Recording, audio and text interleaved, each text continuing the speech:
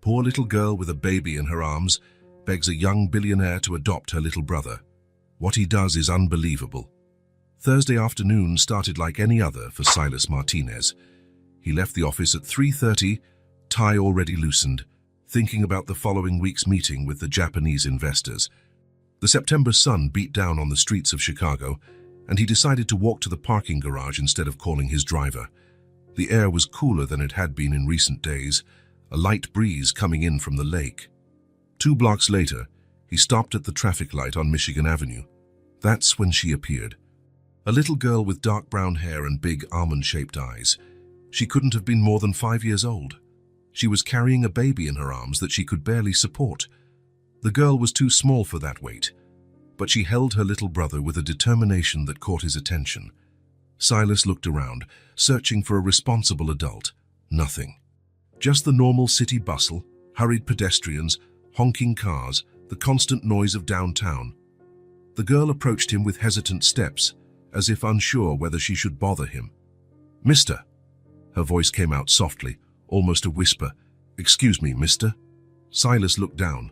Her clothes were dirty and torn in places, her messy hair stuck to her sweaty face. The baby in her arms was whimpering quietly, as if he didn't have the strength to cry any louder. They both looked exhausted. "Please." She hesitated, biting her lower lip. "Adopt my little brother. He cries from hunger every day." The words hit Silas like a punch to the gut. He stood there in the middle of the sidewalk, not knowing what to say. People passed by them. No one stopped. No one seemed to notice. Silas swallowed hard. "Where are your parents?" "Mommy left a long time ago." The girl shook her head. She said she was coming back, but she didn't. The baby made a weak noise. Tessa adjusted him better in her arms, even while trembling with the effort. "That your father?" "I never had a father." She said it simply, as if it were the most normal thing in the world. She adjusted the baby better in her arms, trying to hide her fatigue. Silas felt a tightness in his chest that he couldn't explain. He looked around again, hoping someone would appear, that this was all a misunderstanding or maybe a prank. But there was no one. Just him, the little girl, and the baby who continued to make weak noises. "Look, He started to speak, but didn't know how to finish. "You need to find the police or social services." "I already tried," Tessa said, and for the first time she looked directly into his eyes. "They want to separate us. But I promised Mommy I would take care of Theo." Theo, the baby, had a name. "How long have you two been like this?" "I don't know. A long time." Silas ran a hand through his hair. This couldn't be happening. He had an organized, predictable life. Work, home, meetings, business trips. There was no room for this. "Listen, He took a step back. "I can't help you. There are proper places for this, you understand, people who know how to deal with children." Tessa said nothing. She just stared at him with those enormous brown eyes. The baby whimpered louder, and she began to rock him gently. "Okay," she murmured. "Sorry to bother you." Silas turned his back and kept walking. Each step felt too heavy. He got to his car, turned on the air conditioning, and put on the classical music he always listened to. But he couldn't get the image of the girl out of his head. The traffic was jammed. He sat there, stuck in the middle of the street, trying to focus on his phone's emails. But her words echoed. "He cries from hunger every day." "Not my problem," he said aloud to the closed car window, but he knew he was lying. The 5 o'clock meeting was a disaster. Silas couldn't concentrate. He kept thinking about the girl, the baby, where they would be sleeping that night. His colleagues noticed his distraction, but he made up an excuse about a headache. He left the office early and drove straight home. The mansion in Lincoln Park was silent as always. Automatic lights turned on as he entered. The sound system played the jazz playlist he had programmed. Everything perfect, everything in its place. But the silence was unsettling. Silas loosened his tie, poured himself a whiskey, and sat in the leather armchair in the living room. The house had 3 floors, 6 bedrooms, a home theater, a pool, enough space for a whole family. But he had lived alone for 5 years. He tried to work a little, to review the week's reports. It didn't work. The words blurred on the computer screen. He thought about calling someone, but his social life was practically non-existent. After the engagement with Rebecca ended, he had isolated himself. Work, home, work, home. That was it. "Adopt my little brother." The girl's voice returned, as clear as if she were there in the room with him. Silas stood up, went to the window. Down below, the street was empty. Parked cars, lit lampposts, a few illuminated windows in the neighboring buildings. Normal life, normal people in their normal homes. He wasn't normal. He was a 32-year-old man who lived alone in a mansion, worked 12 hours a day, and had no one to call when he needed to talk. When did his life become this? Rebecca had said the same thing the day she ended it. "You live in a bubble, Silas. You don't let anyone in, you don't connect with anything real." At the time, he thought she was being dramatic. Now, 5 years later, alone in a huge house, he was beginning to understand. The girl was real, the baby was real, the hunger was real, and he had simply turned his back. Silas took another sip of whiskey. The liquid burned on its way down but didn't relieve the weight in his chest. He tried to watch television, but all the news seemed to be about families. He tried to read, but he couldn't concentrate on the words. It was almost midnight when he finally went to sleep, but sleep didn't come easily. He tossed and turned in bed, thinking about where those children were spending the night.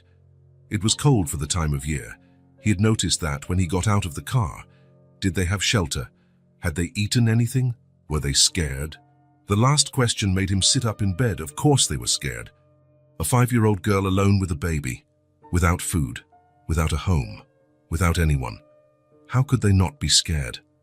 Silas got up, went to the kitchen, and made some coffee. There was no point in trying to sleep. The image of the girl's eyes wouldn't leave his head.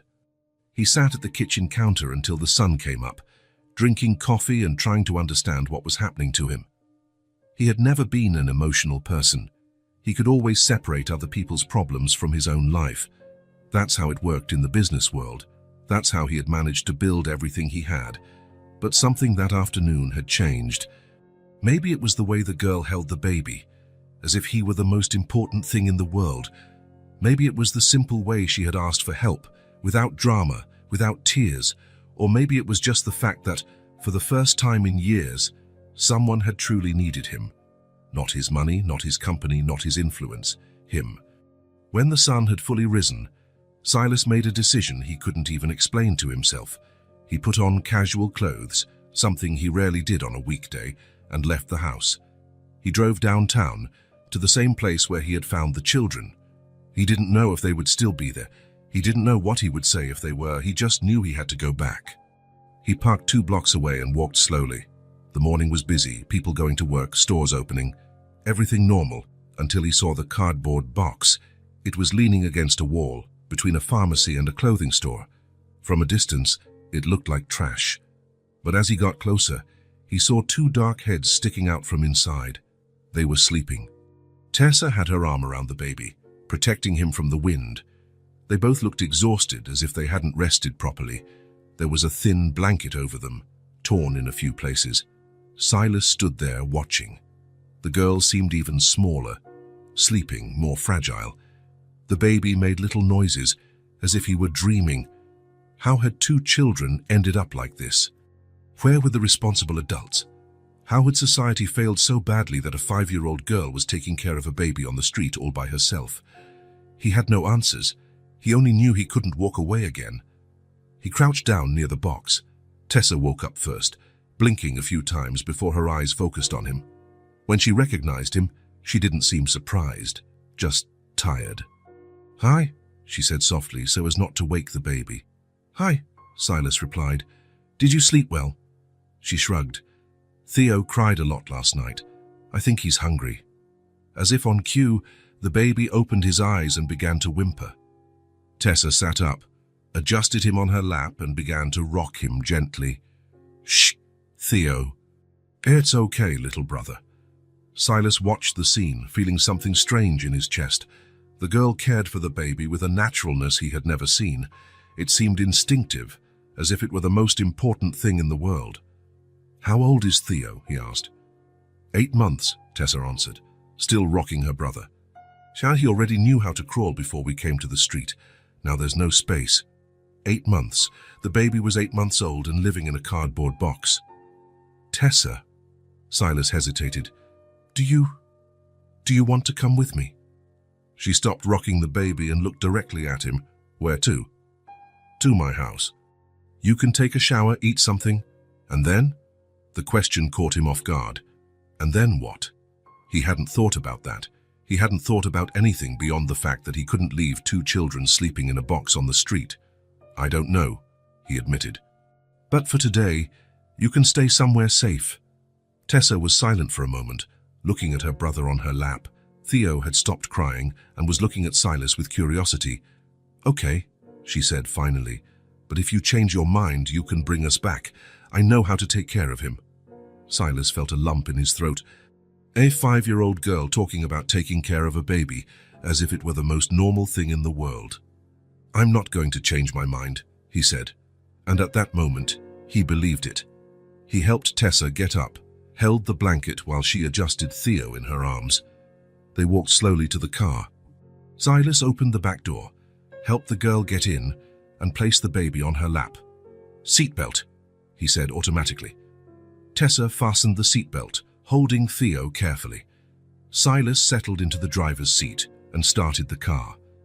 In the rearview mirror, he saw the girl's eyes observing everything around them with attention.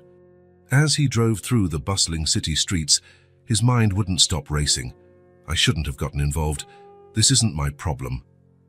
The thoughts repeated like a desperate mantra. He had an organized life, a well-established routine, important commitments. He knew nothing about children, had never wanted kids, had never planned for something like this. But in the back seat, Tessa was humming softly to the baby, a sweet melody he didn't know. And Theo had stopped crying completely. When he looked in the rearview mirror again, he met the girl's brown eyes fixed on him. They weren't the eyes of a normal 5-year-old. They were the eyes of someone who had seen too much, who had grown up too fast, who had taken on responsibilities she shouldn't have to carry. But there was something else there, a kind of careful, fragile hope, as if she wanted to believe that maybe, just maybe, things could get better. As if she still had faith in adults, even after everything. Tessa's gaze from the back seat said the opposite of everything Silas was thinking. It said that maybe this was exactly his problem. It said that maybe he had gotten involved at the right time, in the right way, when it mattered most. It said that maybe his life wasn't as organized as he thought. It said that maybe something essential was missing. And for the first time in 5 long, lonely years, Silas wasn't absolutely sure of anything. The crying started as soon as they entered the house. Theo was screaming as if in pain, a desperate cry that echoed off the mansion's walls.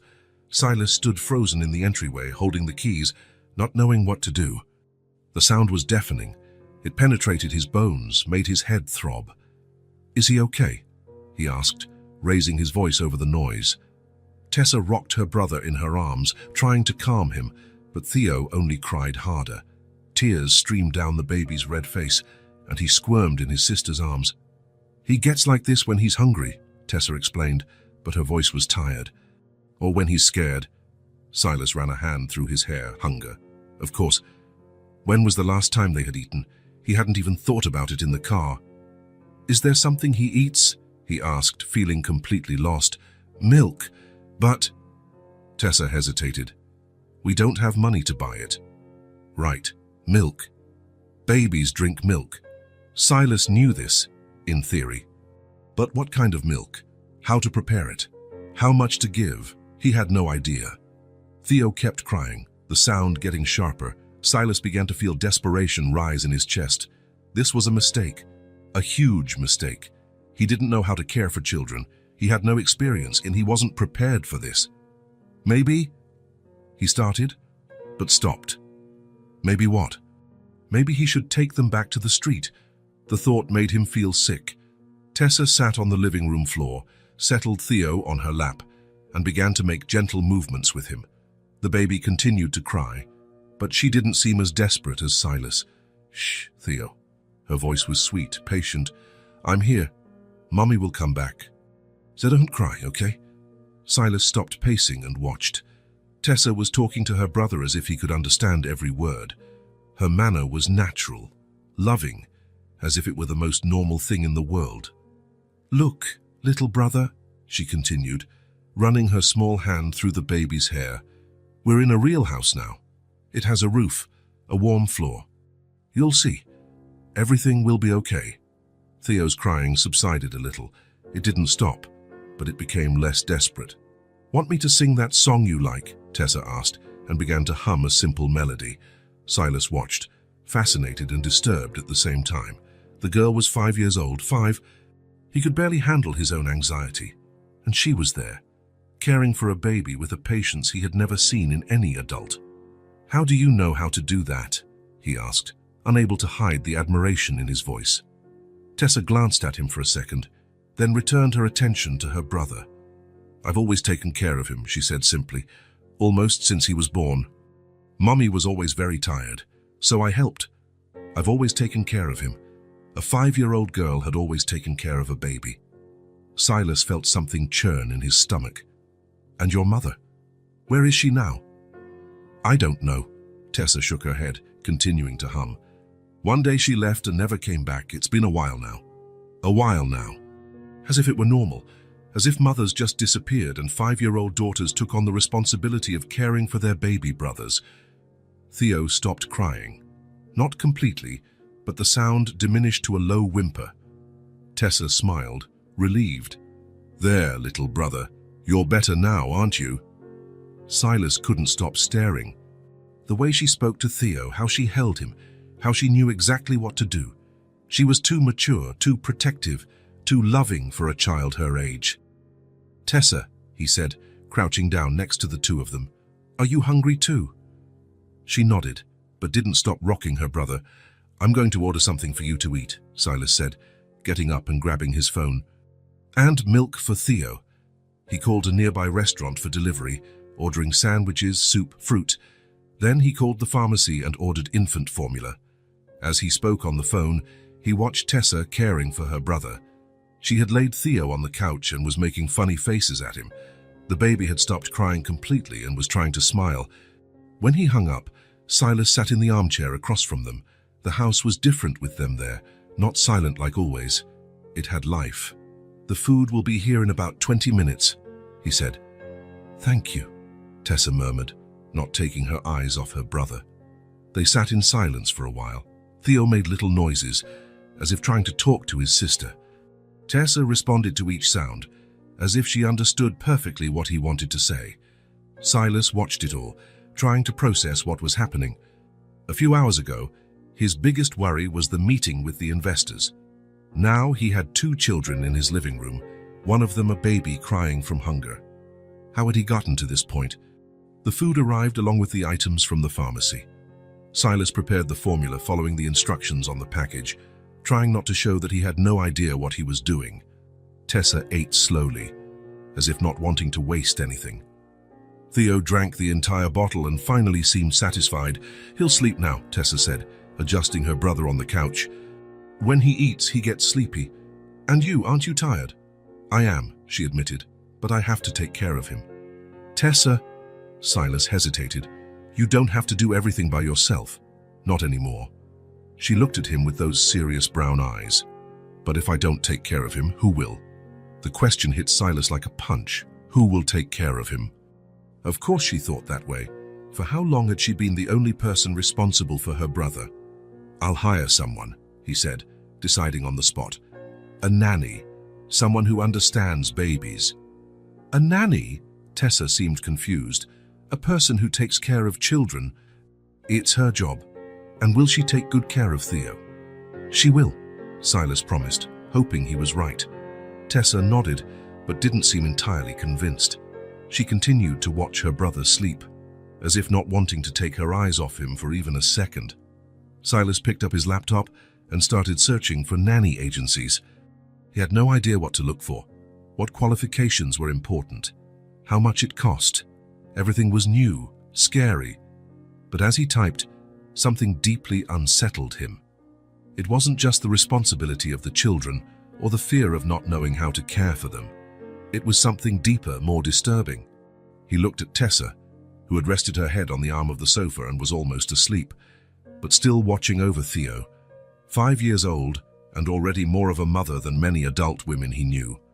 "These kids have no one else," he murmured to himself, the reality finally hitting with full force.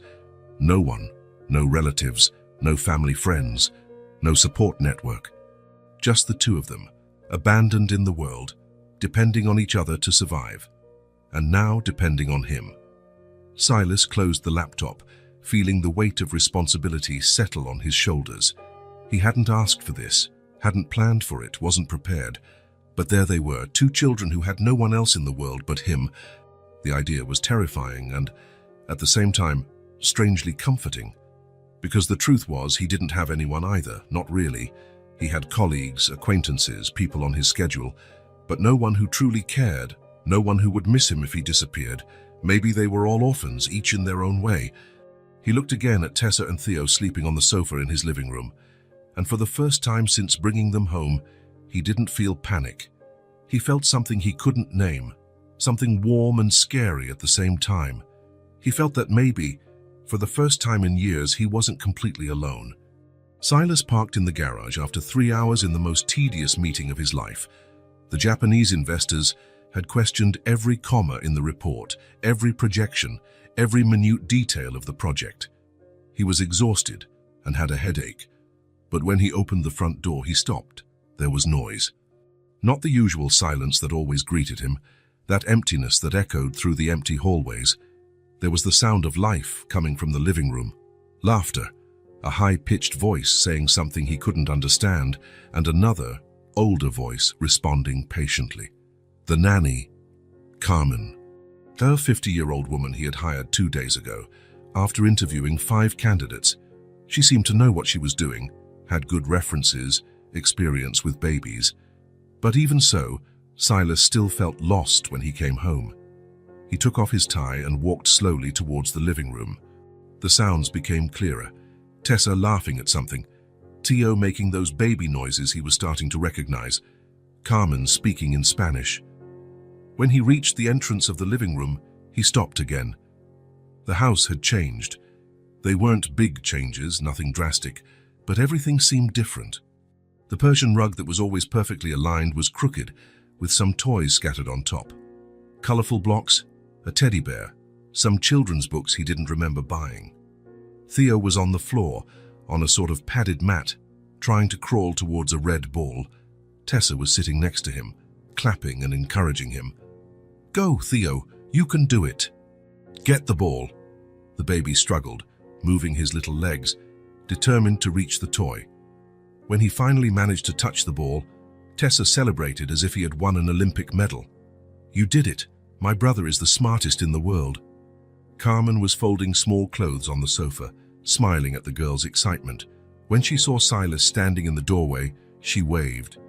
"Good afternoon, Mr. Martinez. How was the meeting?" "It was..." Silas hesitated, still processing the scene. "It was good." Tessa looked at him and smiled. It wasn't the careful smile of the first few days, when she still seemed afraid he would change his mind. It was a genuine, relaxed smile. "Silas, look what Theo did today." She picked up her brother and brought him over to where Silas was standing. Theo looked at him with curiosity, without the constant crying of the first few days. "He crawled," Tessa announced proudly. "Carmen said it's very early for his age, that he's super smart." "Is that so?" Silas looked at the baby, who was trying to grab his tie. "Congratulations, Theo." The words came out naturally, without him thinking. When he realized it, he was smiling too. "And I made something for you," Tessa said, suddenly becoming shy. "Want to see?" Before he could answer, she ran towards the kitchen. Silas followed her, curious. Carmen stayed in the living room with Theo, who had gone back to playing with the ball. In the kitchen, Tessa stopped in front of the refrigerator. Silas looked and saw something new there, a drawing held up by a magnet. It was made with crayons, in typical children's colors. 3 stick figures, holding hands, a very small one in the middle, a larger one on one side and an even larger one on the other. Above their heads, she had written in crooked letters, "My family." "This is you." Tessa pointed to the largest figure. "You're smiling." Silas looked closer. Indeed, the figure had a drawn-on smile, 2 dots for eyes and a curve for the mouth. Simple, childish, but undeniably a smile. "And this is me." She pointed to the middle figure. "And this is Theo." "It's very beautiful," Silas said, and he wasn't lying. There was something touching about the drawing, in the way she had placed the 3 of them together, holding hands. "Do you really like it?" Tessa asked, as if his opinion was the most important thing in the world. "I really do." She smiled, relieved, and ran back to the living room. Silas stood there looking at the drawing on the fridge. My family. She had written my family. When was the last time someone had included him in a family? Even with Rebecca, they had never reached that point. It was always my apartment, my car, my life. Never our home, our life, our family. And here was a 5-year-old girl whom he had known for less than a week, already including him in her family. He went back to the living room and found Carmen tidying up the toys. "They are lovely children," she said, folding a small blanket. "Tessa is very responsible for her age, and Theo is a calm baby now that he's well fed." "How was the day?" Silas asked, sitting down in the armchair. "Very calm. Theo slept a lot this morning, ate well at lunchtime. Tessa helped change his diaper. She already knows how to do almost everything herself." Of course she knew. Tessa probably knew how to take care of babies better than most adults. "And she drew all day," Carmen continued. "She made several drawings for you. They're all on the kitchen table." Several drawings. Silas felt something strange in his chest. "She keeps asking what time you get home," Carmen smiled. "So I think she's excited to show you everything she did during the day. Excited to show him what she did, as if he were important to her." Carmen finished tidying up and said goodbye. Silas was left alone with the children for the first time since hiring the nanny. In the first few days, he always came home after Carmen had already left, avoiding being alone with them. But now, watching Tessa play with Theo on the rug, he no longer felt that initial panic. He still didn't really know what he was doing, but at least he didn't panic when Theo cried. "Silas!" Tessa looked at him. "Are you going to have dinner with us tonight?" The question caught him off guard. For the past few days, he had always eaten alone at the office after they had already had dinner. "You want me to have dinner with you?" "I do," she said simply. "Carmen made that soup you like. And there's bread too." Carmen made soup he likes. She had paid attention to what he ate, what he preferred. She had taken care of him too, not just the children. "All right then," Silas said. "I'll just change my clothes and be right back." He went up to his room, took off his suit, and put on casual clothes. When he came down, he found Tessa putting Theo in the high chair that Carmen had bought. The table was set for 3 people. 3 people. When was the last time he had dinner at a table set for 3 people? They ate dinner together, Tessa talking about everything that had happened during the day. Theo ate his baby food, getting his whole face dirty, but looking satisfied. The house was filled with sounds. Spoons clinking on plates, Tessa talking, Theo making noises. It wasn't the elegant silence Silas was used to. It was messy, a bit chaotic, unpredictable. It was life. After dinner, he helped bathe Theo. Or rather, he watched Tessa bathe her brother, ready to help if needed. The girl was careful. She knew exactly how to hold the baby, how to test the water temperature. "My mom taught me," she explained, as if she had read his thoughts. "She said I had to learn to take care of him in case she wasn't around." In case she wasn't around, as if she already knew she was going to leave.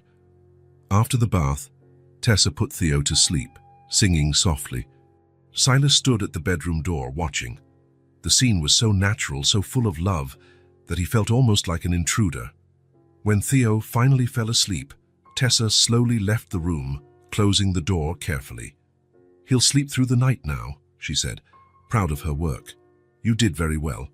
She smiled, satisfied. Then she hesitated, as if she wanted to say something but didn't know how. "Silas." "Yes. Do you like living with us?" The question was simple, direct but loaded with meaning. Silas realized she was genuinely worried about the answer. "I do," he said, and realized it was true. "I like it very much." The smile she gave in response was the most beautiful he had ever seen. Later, after Tessa went to sleep, Silas went back to the kitchen and looked at the drawing on the fridge again. My family. 3 stick figures, holding hands. He carefully took the paper from the fridge, as if it was something precious. He couldn't throw it away.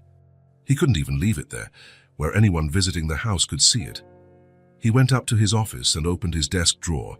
He placed the drawing there, among important documents and multi-million-dollar contracts. For some reason, it felt like the right place, the place where he kept the things that truly mattered. Silas woke up in the middle of the night to Theo crying. Again. It was the 3rd time that week. The baby had nightmares, or colic, or something Carmen had explained, but that he hadn't quite understood. The crying echoed through the house, and even with Carmen sleeping in the guest room, Silas was the one who woke up first. He got out of bed, put on a robe, and went to the children's room. Tessa was already up, trying to calm her brother. "Sorry," she whispered when she saw him at the door. "He's been like this since yesterday." "You don't need to apologize," Silas replied, but he felt the exhaustion weighing on his shoulders. He stood there, watching Tessa rock Theo, humming softly. In a few minutes, the baby calmed down. When he finally went back to bed, it was almost 4 in the morning. The next morning, he arrived at the office with dark circles under his eyes and in a terrible mood. The meeting with the German clients was a disaster. He lost his train of thought twice, mixed up numbers, and had to apologize. "Are you okay?" asked Marcus, his partner, after the clients left. "I'm just tired." "Tired?" Marcus frowned. "Since when do you get tired? You used to work 18 hours a day without batting an eye." Since when indeed? Silas didn't know what to answer. Since he had 2 children at home waking up in the middle of the night, since his days revolved around bottle feedings and naps, since his perfect house turned into a place full of toys and a baby's cries. "I need to take care of a few things," he said, and left the room before Marcus could ask any more questions. Back in his office, he closed the door and stared out the window. Chicago stretched out below, bustling and impersonal. His life before the children seemed so simple from up there, predictable, organized. He picked up the phone and dialed the number he had saved in his contacts a week ago. Department of Social Services, Sharon speaking. "Hello, Sharon. This is Silas Martinez. We spoke last week about a situation with 2 children." "Ah, yes, Mr. Martinez. How can I help you?" Silas hesitated. On the other end of the line, Sharon waited patiently. "I was thinking that maybe it's better to find a stable home for them." The words came out more easily than he expected, but they left a bitter taste in his mouth. "I understand," Sharon said, without judgment in her voice. "It's a difficult decision. May I ask what made you change your mind?" Silas ran a hand through his hair. "I have no experience with children. I don't know if I'm doing the right thing. Maybe they deserve someone who knows how to take better care of them." "Mr. Martinez, may I ask a question? Are the children well cared for? Fed, clean, safe?" "They are." "And do they seem happy?" Silas thought of Tessa running to show him her drawings, of Theo trying to crawl after the red ball, of the noisy dinners at the kitchen table. "They do." "Then maybe you're taking better care of them than you think," Sharon said gently. But if you really want me to find a family for them, I can start the process. It will take a few weeks." "A few weeks?" "It's difficult to find families willing to adopt 2 siblings together. Most prefer babies or single children. I can try, but I can't guarantee they will stay together." The words hit Silas like a punch in the stomach. They wouldn't stay together. Tessa and Theo separated. He started, but stopped. "They need to stay together." "I understand, and I'll do my best, but you need to know that the options are limited." Silas hung up, feeling worse than before he had called. He sat there, staring at the phone, trying to process the conversation. A few weeks. Maybe separated. The rest of the day passed in a fog. He tried to work, tried to focus on the numbers and reports, but he couldn't stop thinking about the conversation with Sharon, He left the office earlier than usual and drove home without rushing. Part of him wanted to prolong the drive, to postpone the moment of arriving and seeing the children, knowing he might be planning to get rid of them. But when he parked in the garage and opened the front door, Tessa ran to him as she always did. "Silas! Silas!" She was holding a piece of paper in her hands, her eyes shining with excitement. "Ah, look what I made today." She held out another drawing. It was similar to the first one, 3 stick figures holding hands, but this time there was something different. In the middle of the largest figure's chest, she had drawn a red heart. "This is you," she pointed, proudly. "Tessa, but today I drew a heart, because Carmen said that good people have big hearts."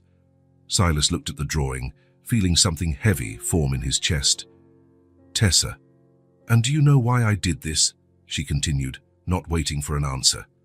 "Because today I dreamed that we were a family." The words echoed in the silent hallway. Tessa looked at him with those hope-filled brown eyes, holding the drawing as if it were the most precious thing in the world. Silas couldn't answer. The words were stuck in his throat, mixed with guilt and confusion.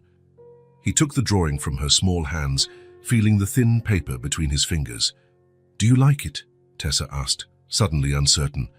He nodded, still unable to speak. Tessa smiled and relieved, and ran back to the living room, where Theo was playing with Carmen. Silas stood in the hallway, looking at the drawing. The red heart in the middle of the figure seemed to pulse on the paper. "Today I dreamed that we were a family." He went up to his office and opened the drawer where he had kept the first drawing. He placed the new one next to the other, the 2 papers crumpled from the care with which she had made them. He sat in his chair and stared at the drawings. 2 children who had no one in the world, a girl who dreamed they were a family, a baby who was learning to crawl in his living room. And he thinking about sending them away because he was tired, because his life had been turned upside down, because he was afraid. Afraid of what? Of getting attached, of taking on a responsibility he didn't ask for, of discovering that maybe he wasn't as good at taking care of people as he was at taking care of business, or afraid of discovering that maybe he was good at it and that his entire life up to that point had been empty. He sat in silence for a long time, the drawings in front of him, the sounds of the house reaching him muffled through the closed door, Tessa talking to Theo, Carmen preparing dinner, life happening around him. Life that he had brought into his house, that had changed everything, that had turned his silent mansion into a home. And now he was thinking of throwing it all away because he was scared. The phone rang. It was Sharon, probably wanting to confirm the next steps, to start the process of finding a family for Tessa and Theo. Silas looked at the ringing phone, then at the drawings, then at the closed office door. He didn't answer. He wasn't ready to make that decision yet. He still didn't know if he could live with it. Sharon's call went unanswered for 3 days. On the 4th day, Silas deleted the number from his phone. It wasn't a conscious decision. There was no dramatic moment of revelation. Simply, when he saw her name in his contacts, he felt it no longer belonged there, as if it were part of a life he was leaving behind. The change started small. On Monday, he came home at dinner time instead of hiding in his office. Carmen had made lasagna and Tessa was trying to teach Theo how to clap. "Silas," she shouted when she saw him. "Look at Theo. He can almost do it." Theo was sitting in his high chair, moving his little hands in an uncoordinated way. It wasn't quite clapping, but he was trying to imitate his sister. "Very good, Theo," Silas said, sitting down at the table, and he stayed. He had dinner with them, listened to Tessa talk about her day, helped clean Theo's messy face after his baby food. It wasn't as strange as he had expected. It was natural. On Tuesday, he did the same thing. On Wednesday, too. On Thursday, he came home and found the table already set for 3 tasks, as if Carmen knew he would stay. "Would you like me to prepare something special tomorrow?" she asked, arranging the plates. "Why?" "It's Friday. I thought you might want something different for the weekend." The weekend. Silas hadn't thought about that. Normally, Carmen didn't work on weekends. He would be alone with the children for 2 whole days. The idea should have terrified him. A few weeks ago it would have. but now he just felt a strange curiosity. What would it be like to spend a whole weekend with Tessa and Theo? On Friday night, Carmen said goodbye and left detailed instructions about the children's routines: feeding times, nap times, bath times. Silas wrote it all down, but realized he already knew most of it. When had he learned that? When had he started paying attention to the schedules, the habits, the children's quirks? On Saturday morning, he woke up to Theo crying.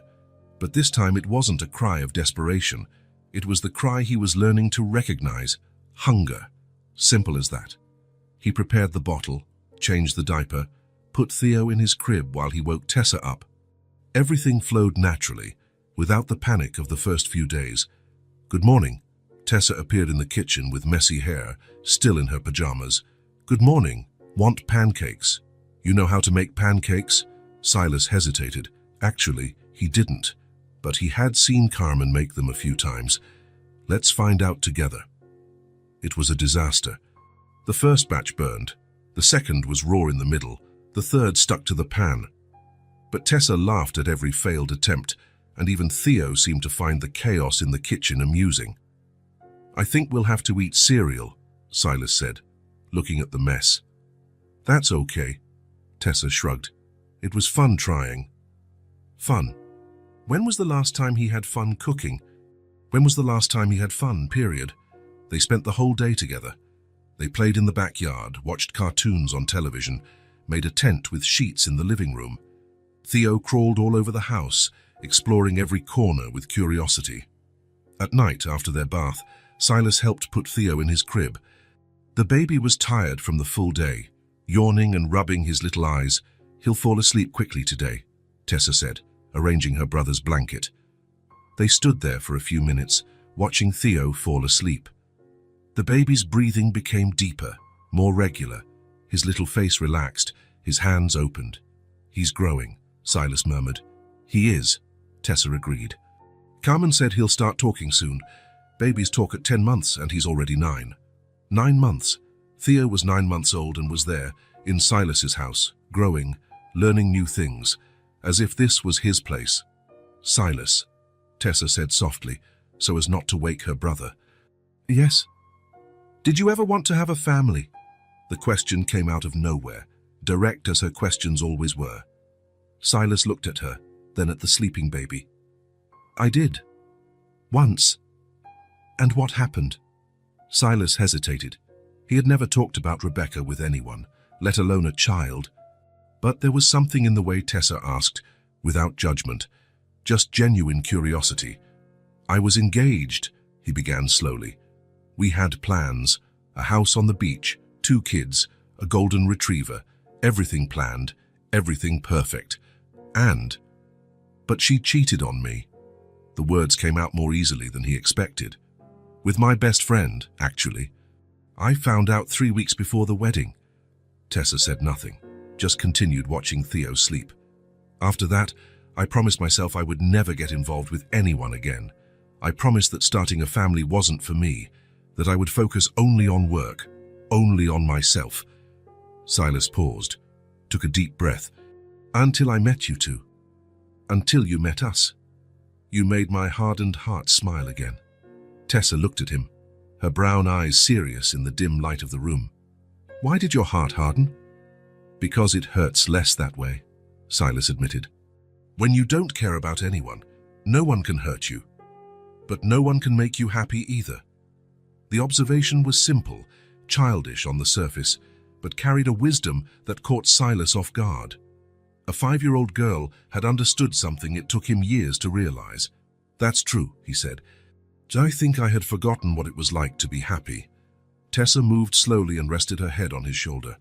The gesture was natural, affectionate, as if it were the most normal thing in the world. "Then we can be your family if you want." The words came out in a whisper, but they echoed in the silent room like an invitation, a promise, a possibility he didn't even know he was looking for. Silas looked down at the dark head resting on his shoulder, then at the baby sleeping peacefully in the crib. 3 people who had barely known each other for a few weeks, but who had already changed his life completely. "I would like that very much," he finally said, his voice hoarse. Tessa smiled without lifting her head. Then we already are. Family isn't who you're born with, it's who chooses to stick together. Silas didn't know where she had heard that, whether it was from Carmen or some TV show, or if it was just the natural wisdom of a child who had learned too early what really mattered in life. But he knew she was right. They stayed there for a few more minutes, watching Theo sleep, feeling the weight and lightness of becoming a family, not officially, not on paper, but in all the ways that truly mattered. When they finally left the room, Silas felt different, lighter and heavier at the same time, more responsible and more free, more whole. For the first time in 5 years, he wasn't alone. And for the first time in his life, he wasn't afraid of it. He had a family, small as unlikely, built from impossible circumstances and choices he didn't even know he was making. But it was his, and they were his, and that was more than enough. The meeting with the Samsung executives was going perfectly. Silas was presenting the last quarter's numbers, graphs climbing, optimistic projections. The export contract was practically sealed. Only a few details remained. Marcus smiled from the other side of the table, satisfied. It was the kind of deal they had been pursuing for months. Silas's cell phone vibrated. He quickly glanced at the screen. Carmen. She usually only called in emergencies. "Excuse me," he murmured, rejecting the call. "Where were we?" 2 minutes later, the phone vibrated again. Carmen again. Silas began to feel a pang of concern, but continued presenting. The Koreans were impressed with the data, asking technical questions that he answered automatically. A third call. This time he answered. "Hi Carmen, I'm in a meeting." "Silas?" Her voice was rushed, almost a shout. "Theo has a high fever. I'm worried." The world stopped. "What do you mean a high fever?" "It started an hour ago. It's already at 102 degrees and rising. He won't stop crying. He won't take his bottle. He's very hot." Silas jumped up from his chair so quickly he knocked over his glass of water. The presentation on the screen, the Korean executives, the multi-million-dollar contract, it all disappeared. "I'm on my way. Take him to the hospital. I'll meet you there." "Which hospital?" "The closest one. Northwestern Memorial. I'm heading straight there." He hung up and turned to his colleagues at the table, who were looking at him in confusion. "I have to go," he said, already grabbing his jacket. "Family emergency." "Silas, the meeting," Marcus began. "You finish it. Sign whatever needs to be signed." "But—" Silas was already at the door. He ran down the hallway, pressed the elevator button 3 times in a row. When the doors didn't open immediately, he ran down 10 flights of stairs. In the parking garage, he started the car with trembling hands. Traffic. Of course there was traffic, just when he needed to get home fast. He honked, cursed, changed lanes 5 times. He called Carmen on the way. "How is he?" "The fever is up to 104. Tessa is terrified. She wants to stay with him in the car. I'm leaving the house now." 104 degrees. Babies could have seizures from high fevers. They could suffer brain damage. They could... Silas stepped hard on the accelerator. He arrived home just as Carmen was putting Theo in her car. The baby was crying weakly, a different sound from his normal cry. He was red with fever, his little body limp in the nanny's arms. "My God," Silas whispered, touching the baby's forehead. It was burning. "Let's go in my car," he said, taking Theo in his arms. "It's faster." Tessa came running out, her face wet with tears. "Silas, Theo is really sick. He won't stop crying." "It's going to be okay," he said, trying to sound calm. "We're going to the hospital and the doctors will take care of him." He put Theo in the car seat, but the baby cried even louder with the movement. Tessa climbed in beside him, holding her brother's little hand. "Shh, Theo. Silas will take care of us." The trust in her voice made Silas's stomach churn. What if he couldn't take care of them? What if it was too late? What if... He drove to the hospital, breaking every speed limit. Carmen called the emergency room and told them they were on their way. Theo kept crying, each sound making Silas drive faster. "Please, don't let anything happen to him," he murmured, more to himself than to anyone else. Northwestern Memorial was busy. Silas stopped the car at the emergency entrance, took Theo in his arms, and ran to the reception. Pediatric emergency, he told the nurse. Baby with a high fever. Name? Theo. Silas hesitated. What was Theo's last name? He had never asked. Theo Martinez. The words came out automatically. Theo Martinez, as if he were his son. The nurse filled out the form quickly and called a doctor, Dr. Patricia Chen, a pediatric specialist. She examined Theo right in the hallway, checked his temperature, listened to his heart. We're going to run some tests, she said calmly. It could be a simple viral infection, but with babies, we always prefer to be sure. Simple viral infection. The words should have reassured Silas, but he could only think about the could be. What else could it be?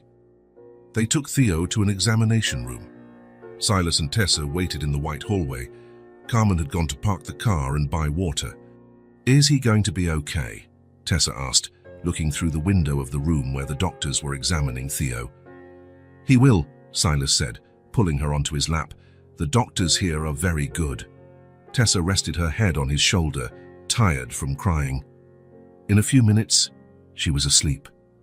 The stress of the day had completely exhausted her. Silas sat there with Tessa sleeping on his lap, looking at the door of the examination room.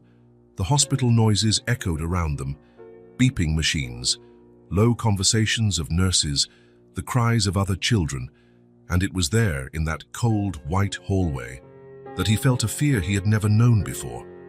It wasn't the fear of losing money or a deal or an opportunity.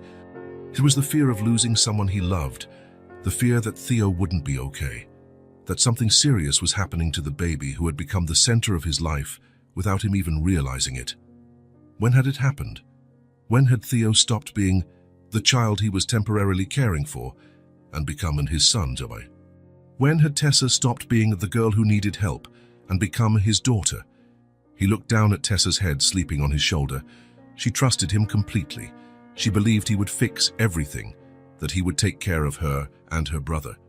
And he wanted that too. He wanted to be the person she thought he was. Dr. Chen came out of the room 40 minutes later. How is he? Silas asked, trying not to wake Tessa. It's a viral infection, as we suspected. Nothing serious, but we're going to give him a fever reducer and observe him for a few hours. The fever has already started to come down. Silas felt his legs weaken with relief. Can he go home today? If the fever continues to decrease, yes. But he will need special care for the next few days. Lots of fluids, medicine on schedule, constant observation, special care, constant observation. I can take care of him, he said, surprising himself with the certainty in his voice. The doctor smiled. I'm sure you can. You got here very quickly. You did everything right. It's obvious you are very caring parents. Parents, she had said parents. 3 hours later, Theo was well enough to go home. His fever had dropped to 99 degrees. He had drunk his whole bottle and had even tried to smile at Tessa. In the car, Silas called his office. Marcus, it's me. I won't be able to come back today. In fact, I'm not coming to work for the rest of the week. The rest of the week, Silas, we have the meeting with cancel it, or you handle it. I need to take care of my kids. Your kids. Yes, my kids. He hung up before Marcus could respond. At home, he settled Theo in his room with a humidifier that Carmen had bought at the pharmacy. He gave him medicine on schedule, checked his temperature every 2 hours, and didn't leave his side. Tessa helped with everything, bringing clean diapers, holding the bottle, singing softly to her brother. She was exhausted, but refused to sleep far from Theo. Can I sleep here on the floor? She asked at bedtime. You can sleep in my bed, Silas said. Son, it's big enough for both of us. That way I can keep an eye on Theo and on you. That night he slept with Tessa on one side and Theo's crib on the other. He woke up every hour to check if the baby was breathing well, if the fever hadn't returned. The 4th time he woke up, he found Tessa looking at him in the dark. You're not sleeping either, she whispered. I'm taking care of you. Mommy didn't do this when I got sick. The sentence caught Silas off guard. Tessa rarely talked about her mother, about her life before she met him on the street. She didn't. She would get nervous when we cried. She'd say she didn't know what to do. Silas felt a painful ache in his chest. Her mother who didn't know how to care for her sick children, a 5-year-old girl who had to deal with a feverish baby on her own. "Well, I know what to do," he said gently, "and I'm not leaving." Tessa smiled in the dark and closed her eyes again. Theo was completely better in 2 days, but Silas didn't go back to work. For the first time in 10 years, he didn't feel the urge to be at the office. He wanted to stay home, take care of the kids, enjoy these days together. On Thursday morning, he made pancakes for Tessa. This time, they didn't burn. "You're getting good at this," she said, eating a whole one. "I'm practicing." In the afternoon, they read stories in the living room. Tessa chose 3 different books, and Silas read them all with different voices for each character. Theo sat on the rug, playing with colorful blocks, laughing at the funny voices. "Read one more," Tessa pleaded when he finished the 3rd story. "We've read them all." "Then make one up. Make up a story." Silas had never done that in his life. But he looked at Tessa waiting, at Theo drooling on the red block, and began to speak. Once upon a time, there was a man who lived alone in a big house. The story came out naturally, about a man who thought he didn't need anyone until he found 2 children who changed his life. Tessa listened attentively, asking questions, suggesting changes to the plot. By the end of the week, the house was completely different. Carmen had bought a small stereo for the living room, and now there was always children's music playing. Tessa had scattered cushions on the living room floor to make a play area. The laundry line was full of tiny clothes, Theo's little t-shirts, Tessa's little dresses. Silas looked around one Friday night and didn't recognize his own house. Where there was once cold elegance and silence, there was now life, messiness, joy. "I never imagined it would be so good. Just being here with you," he murmured, watching Tessa teach Theo how to stack blocks. She looked at him and smiled. "It is good. It's like we've always lived here." That was exactly it, as if they had always been a family. That night, after putting the children to bed, Silas caught himself smiling in the bathroom mirror. Not a forced smile from meetings or social events, a genuine, spontaneous smile. He caught himself smiling without realizing it several times during the week, while making coffee, while reading emails, while watching Theo try to crawl after the neighbor's cat that had appeared in the yard. The cold, calculating businessman he had been for years was disappearing. In his place, someone he didn't even know existed was emerging. A father. A man who cared more about a baby's temperature than about multi-million-dollar contracts. And for the first time in his life, Silas was completely satisfied with who he was becoming. Silas woke up at 5:30 in the morning thinking about pancakes. He wasn't hungry. He hadn't woken up because of any noise. He simply opened his eyes, and the first thing that came to mind was, today is Saturday. Tessa likes pancakes on Saturdays. He got up slowly, trying not to make noise. In the hallway, he stopped in front of the children's room and listened. Theo was still asleep, his breathing deep and regular. Tessa too, probably hugging the teddy bear Carmen had bought the week before. It was amazing how well he already knew their sleeping habits. He knew that Theo always woke up at 6:15, crying softly until someone changed his diaper.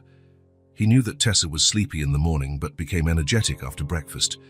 He knew that on Saturdays she always asked if they could make pancakes together. In the kitchen, he began to gather the ingredients: flour, eggs, milk, sugar. He already knew the recipe by heart after making it so many times. 5 weeks ago, he couldn't even boil water properly.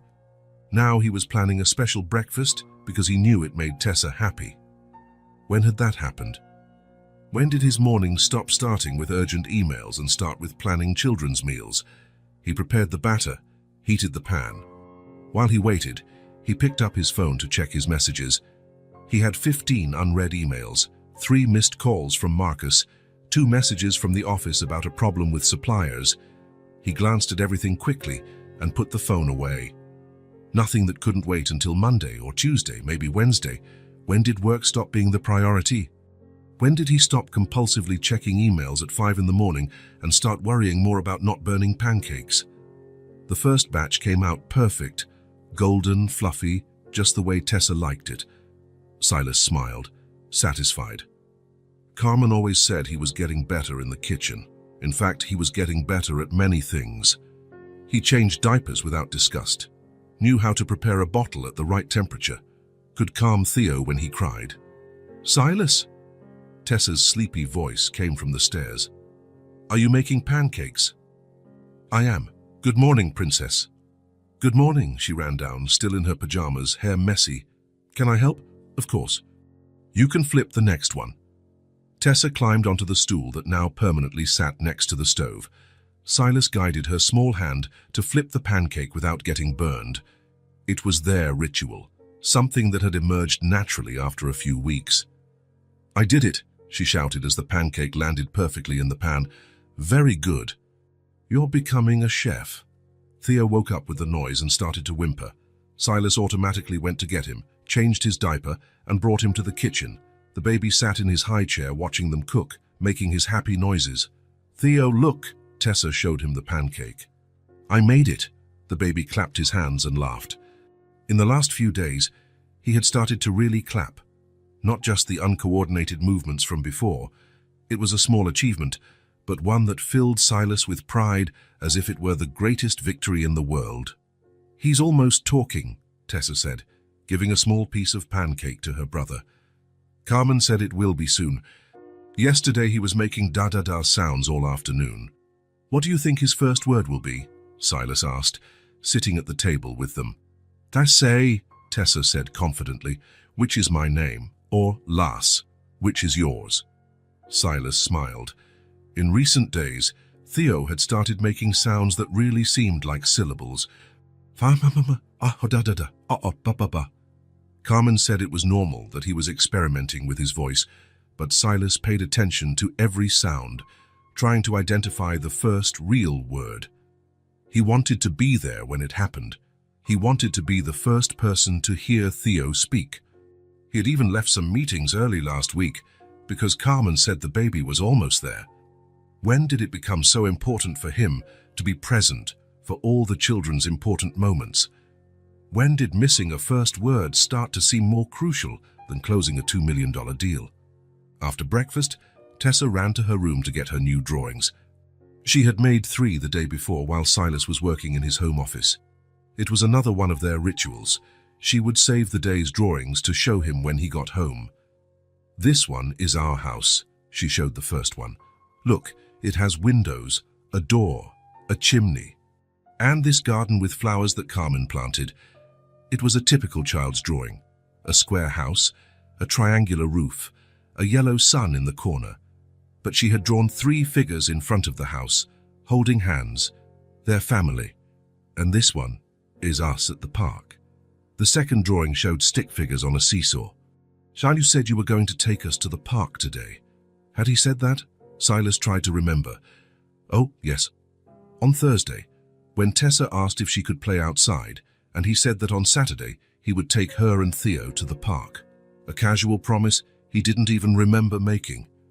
It was funny how she remembered every promise, every comment, every plan he made, as if his every word was too important to forget. And this one is special. Tessa held the third drawing as if it was something precious. It's Theo saying his first word. Silas looked closer. It was Theo sitting on the floor, with a speech bubble coming out of his mouth. Inside the bubble, she had written "Daddy" in crooked but neat letters. "Do you think his first word will be Daddy?" he asked, feeling something strange in his chest. "I think so. Because you take care of us like a daddy does." "Even better. Even better." The phrase caught Silas off guard. Better than who? What father was she using as a comparison? The one she never had, or one she knew who didn't take good care of his children? "So what do you mean, better, Tessa? You always come when we call, you make yummy food, you read stories, you stay when we're sick." She counted on her fingers. "Real daddies do that. Real daddies." When had he started acting like a father without realizing it? When did he stop seeing himself as someone temporarily taking care of 2 children and start seeing himself as a father? The phone rang, Marcus. "Excuse me," Silas said to Tessa. "It's work." "Silas, where are you? We have the presentation for the board on Monday, remember? And the problem with the Chinese suppliers is turning into a crisis." "I remember the presentation. And about the suppliers, can't you handle it?" Me? Silas, you're the one who always deals with them. You speak Mandarin, you know their culture. I can make a call on Monday. A call? They're threatening to break the contract. We need to go to Shanghai this week. Silas looked at Tessa, who was showing the drawings to Theo, and at Theo, who was trying to grab the paper with his little hands. The idea of traveling to Shanghai, of spending a week away from them, seemed impossible. Marcus, can I call you back later? We're in the middle of breakfast. Breakfast? It's 9:30 in the morning. Yep, special Saturday breakfast. Silas, what is happening to you? You used to be a workaholic. And now it seems like you don't even care about the company anymore. It's not that I don't care, it's just... Silas paused, trying to find the right words. It's just that I have other priorities now. He hung up before Marcus could respond. Other priorities. Special Saturday breakfast. When had he developed family traditions? When had Saturday morning become sacred? Because it was his time with the children. Who was that? Tessa asked. Marcus. From work. He wants me to travel to China this week. Are you going? Her question was loaded with concern. Silas realized she was afraid he would leave, afraid of being abandoned again. I'm not going, he said without hesitation. I don't want to travel. I want to stay here with you. The relief on her face was immediate. Good. I don't like it when you travel. The house gets too quiet. The house gets too quiet. Of course it did, because now he was an essential part of their routine. His presence or absence completely changed the dynamic of the house. Marcus wasn't angry, exactly. He was confused, and Silas understood. 5 weeks ago, he was completely dedicated to work. He would cancel any personal commitment for an important meeting. Now, he was refusing international trips because he wanted to stay home and make pancakes. Why don't you want to travel? Tessa asked, curious. How could he explain to a 5-year-old that his priorities had completely changed, that he now cared more about her drawings than about multi-million-dollar contracts? Because you two are more important than any trip, he finally said. More important than work. Much more important. It was true. He had realized this clearly the previous week, when he was in an important virtual meeting and found himself wondering if Theo had eaten all his lunch, or when he was reviewing urgent contracts and stopped to text Carmen to ask how the afternoon nap had gone. His days no longer revolved around meeting schedules. They revolved around the children's schedules. 6 o'clock bottle, 3 o'clock snack, 7 o'clock bath. His mental agenda was filled with childhood milestones, when Theo would start talking, when Tessa would learn to read, whether they should enroll her in preschool. It's good that you think about us, Tessa said, smiling. I think about you too. When I'm playing, I wait for you to come home from work. Carmen always asks what time you're coming. She waited for him to arrive. A 5-year-old girl organized her day around his return home, and Carmen paid attention to this. She knew about her anticipation. You are the best part of my day, Silas said, and realized he had never said anything so true in his life. Are the part I look forward to the most. They spent the morning at the park, as promised. Tessa went to the slide while Silas sat on a bench with Theo on his lap. The baby watched the other children play, fascinated by the movement and voices. Ba ba ba, Theo said, pointing to a ball a girl was playing with. Ball, Silas said slowly, articulating clearly. Bagel, Bakey, almost there, champ. You'll get it. A woman sat on the bench next to him with a child Tessa's age. Your children are beautiful, she said, smiling. How old are they? She's 5. He's 10 months, Silas replied automatically. Thank you. The age difference is the same as mine. It's a lot of work, but they adore each other. After she left, Silas thought about the conversation. Your children. She had naturally assumed that Theo and Tessa were his children. And not only did he not correct her, but he answered their ages as if it were the most natural thing in the world, because it didn't feel strange. It felt right. In the afternoon, after lunch, Tessa made more drawings while Theo napped in his stroller. Silas tried to work a little on his laptop, but found himself stopping every 5 minutes to see what she was drawing. This is you at the office, she showed him. And this is us at home, waiting for you to come back. Look, I drew a clock showing 6 o'clock, which is when you arrive. Him at the office, them at home waiting until 6 o'clock. That's exactly how it worked now. He would go to work thinking of them, keeping an eye on the time so as not to be late. They stayed at home with a routine that culminated in his return. "Tessa," he said, closing the laptop completely. "Can I talk to you about something?" "You can." She dropped her crayons and gave him her full attention, as she always did when he wanted to have a serious talk. It was impressive how a 5-year-old could be so focused when needed. "The truth is, I can't live without you guys anymore." The words came out naturally, unplanned. But the moment he said them, he knew it was the purest truth he had ever spoken in his life. "I can't live without you either," Tessa replied simply. "You're our family now. Our real family. Our real family, not as if, not sort of." It was family, period. In the words of a 5-year-old, without complications or reservations. "I want it to be official," Silas said. "I want you to be my real children, on paper too." "What do you mean?" "Adoption. It's a legal process where you and Theo officially become my children, with a new birth certificate, everything. My name as your father." Tessa's eyes shone with an intensity he had never seen before. "Can we have your last name?" "You can." "Tessa Martinez and Theo Martinez." She tested the sound of the name in her mouth, repeating it several times. "Tessa Martinez, Theo Martinez. I like it a lot. It really sounds like family, doesn't it?" "It sounds perfect." On Monday morning, Silas called his lawyer before he even got to the office. He was walking down the street, drinking coffee, when he dialed the number. "Robert, this is Silas Martinez. I need to talk to you about an adoption process." "Adoption? You didn't tell me you were dating someone seriously." "I'm not.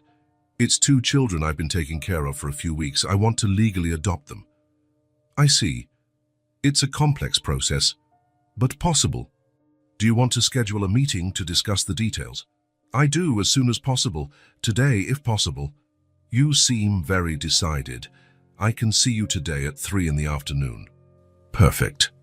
When he hung up, Marcus was waiting for him at the company's reception with a sour look on his face. "We need to talk now." "Go ahead. What's going on with you?" "You're not the same anymore. You come in late, leave early, can't focus in meetings, refuse trips." "I'm focusing on what really matters. The company matters. We built this together. You're throwing it all away for 2 kids you've known for a month." Silas looked out the office window. Down below, Chicago continued its frantic pace. People rushing, cars honking, everyone in a hurry to get somewhere. A hurry to make more money, close more deals, climb more rungs on the ladder of success.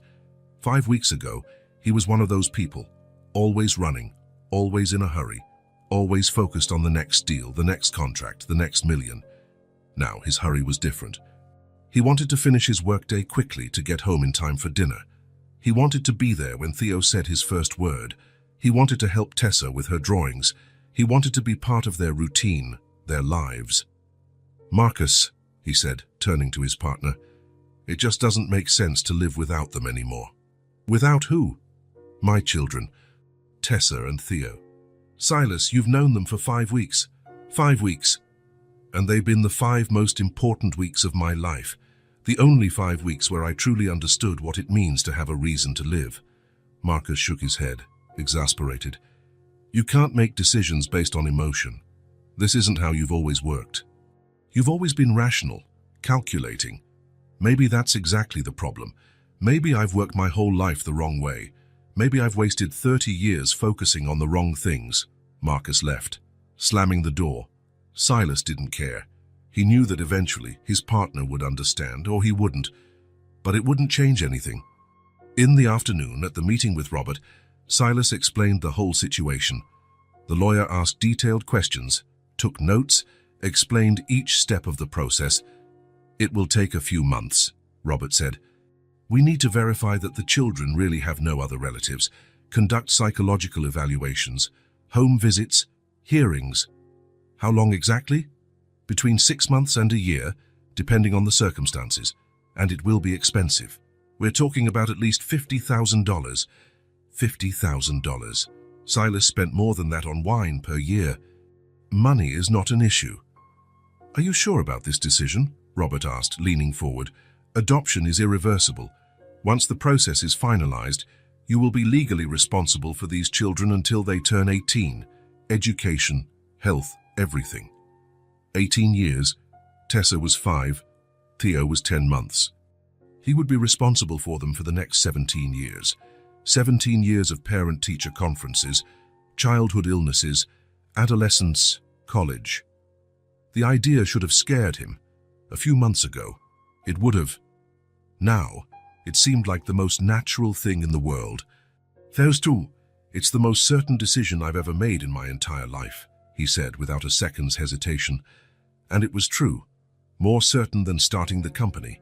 More certain than buying the mansion.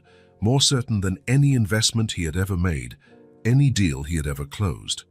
Because for the first time, he wasn't making a decision based on logic or financial benefit. He was making a decision based on love. And love, Silas was discovering, was the only thing that really made sense in the end.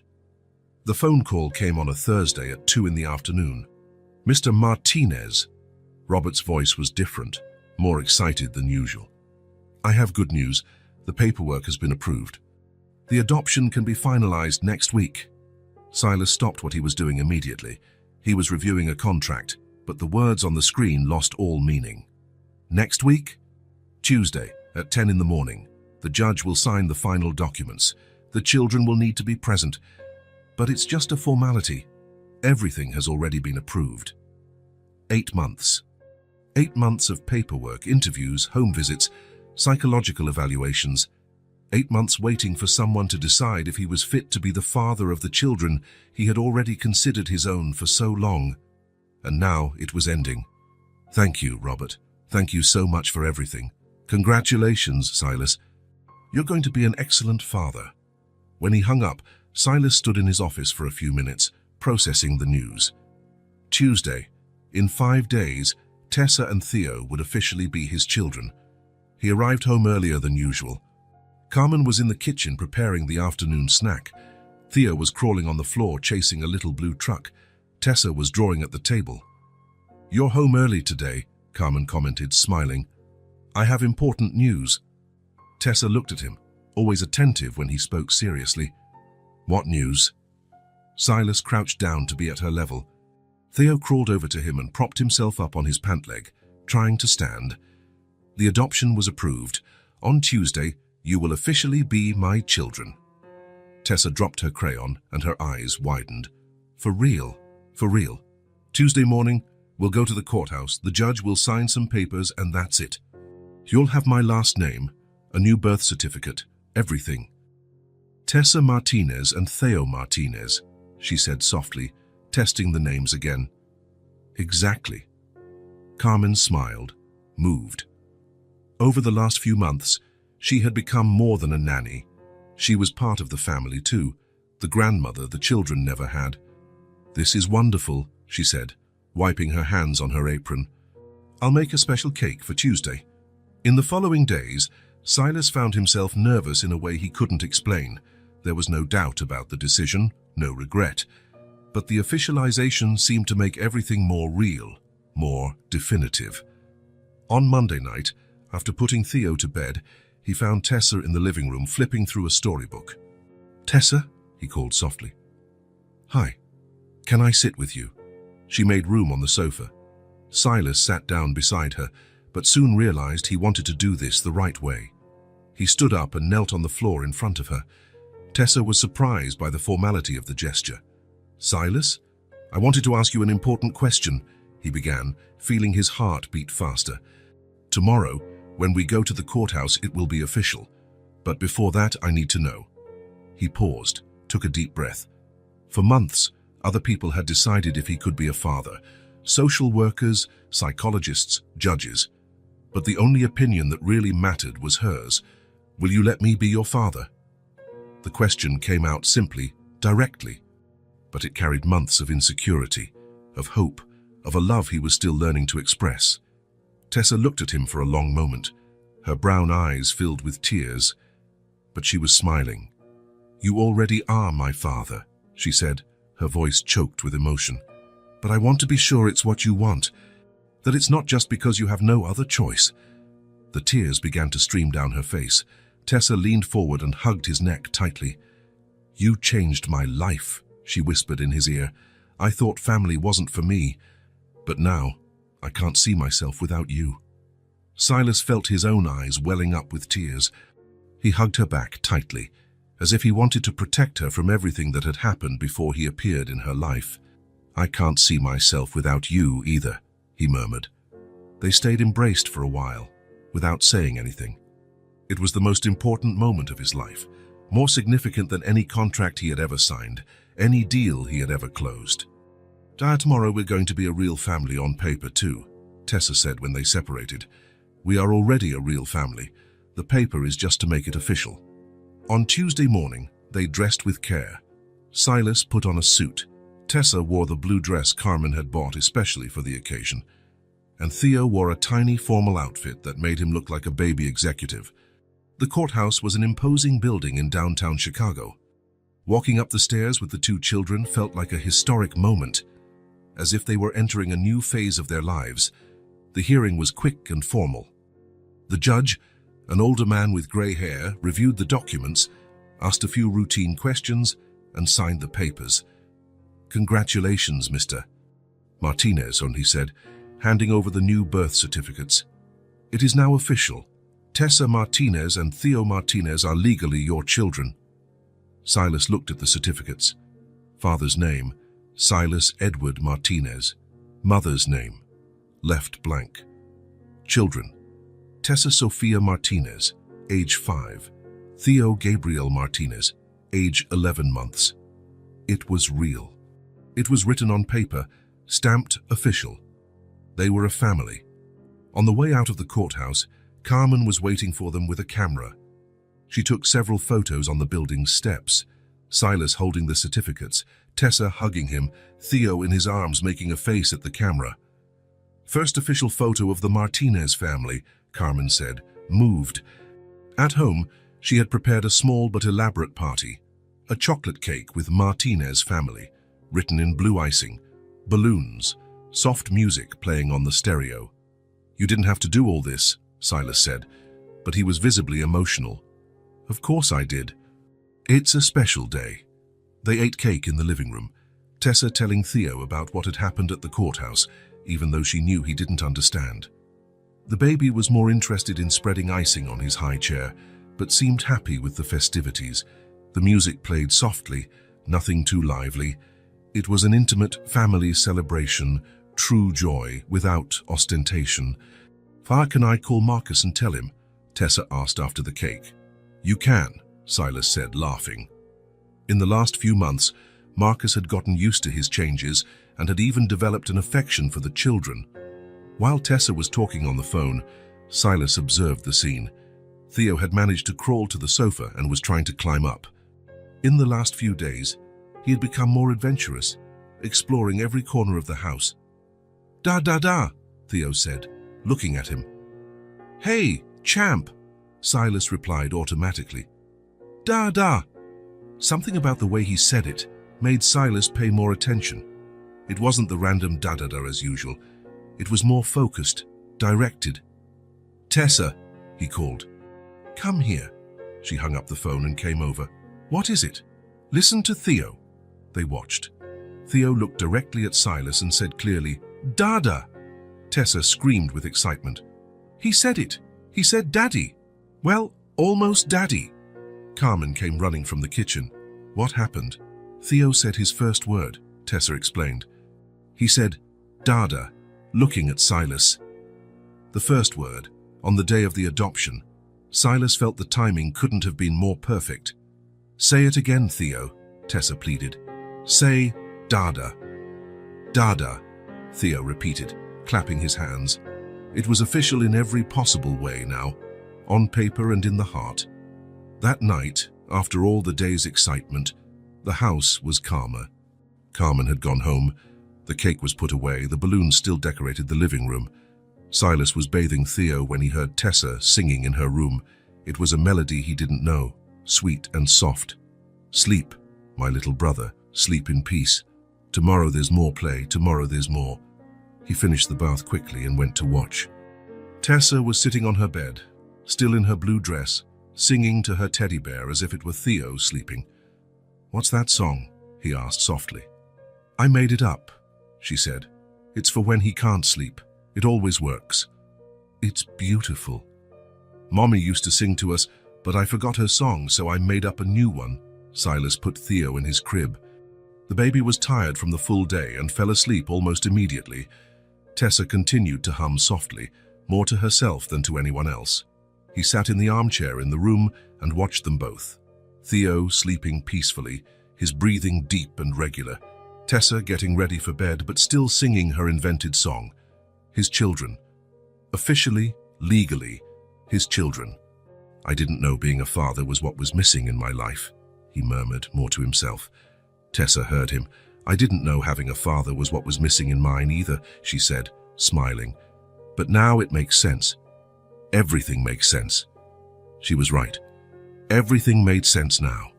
The noisy house, the Saturday pancakes, the missed meetings, the changed priorities. Everything. Silas looked around the room. Theo's crib, Tessa's bed, toys scattered about, little clothes in the dresser. It wasn't a perfect room.